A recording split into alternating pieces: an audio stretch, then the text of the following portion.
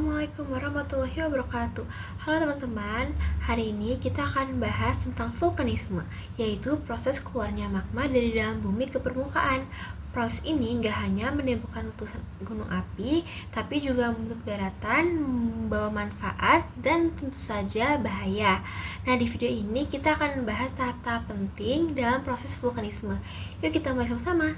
Yang pertama yang akan kita bahas adalah sumber magma. Sumber magma berasal dari lapisan mantel bumi, yaitu lapisan yang berada di bawah kerak bumi. Di mantel, suhu sangat tinggi, hingga ribuan derajat Celcius, sehingga batuan bisa mencair dan berbentuk magma. Magma ini terkumpul di dalam kantong magma yang disebut juga sebagai magma chamber.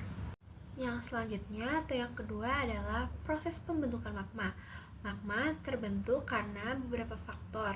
Yang pertama yaitu peningkatan suhu yang melelehkan batuan. Yang kedua, penurunan tekanan saat batuan naik ke permukaan.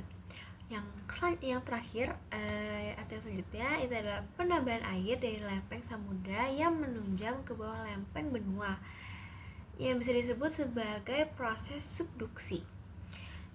Ketika kondisi mendukung, batuan mantel akan mencair menjadi magma. Yang selanjutnya yang akan kita bahas adalah jalur naik magma.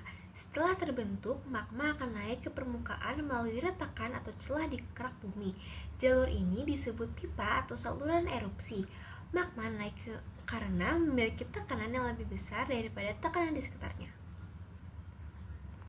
Yang selanjutnya yang akan kita bahas atau yang keempat yaitu adalah erupsi vulkanik. Erupsi atau letusan terjadi saat tekanan magma di dalam bumi sudah terlalu besar dan berhasil keluar ke permukaan. Erupsi bisa bersifat efusif dan eksplosif.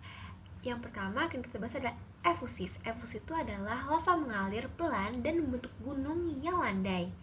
Dan yang kedua adalah eksplosif. Eksplosif itu seperti letusan besar yang melontarkan batu, abu, dan gas beracun. Yang selanjutnya akan kita bahas atau yang kelima yaitu adalah produk vulkanik. Produk vulkanik adalah semua materi yang dikeluarkan saat letusan. Jenisnya antara lain yang pertama ada padat, yaitu lava beku, batu apung, bom vulkanik, dan abu vulkanik. Yang kedua ada cair, lava dan lahar. Lava bisa sangat panas dan membakar apa saja yang dilewati. Dan yang terakhir ada gas, seperti uap air, karbon dioksida, dan belerang yang bisa beracun dan berbahaya bagi manusia dan lingkungan.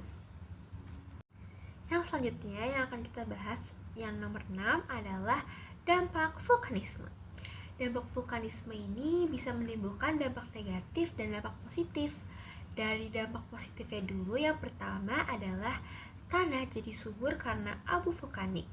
Yang kedua, menyediakan mineral tambang. Yang ketiga, potensi energi panas bumi. Dan yang terakhir adalah menarik wisatawan.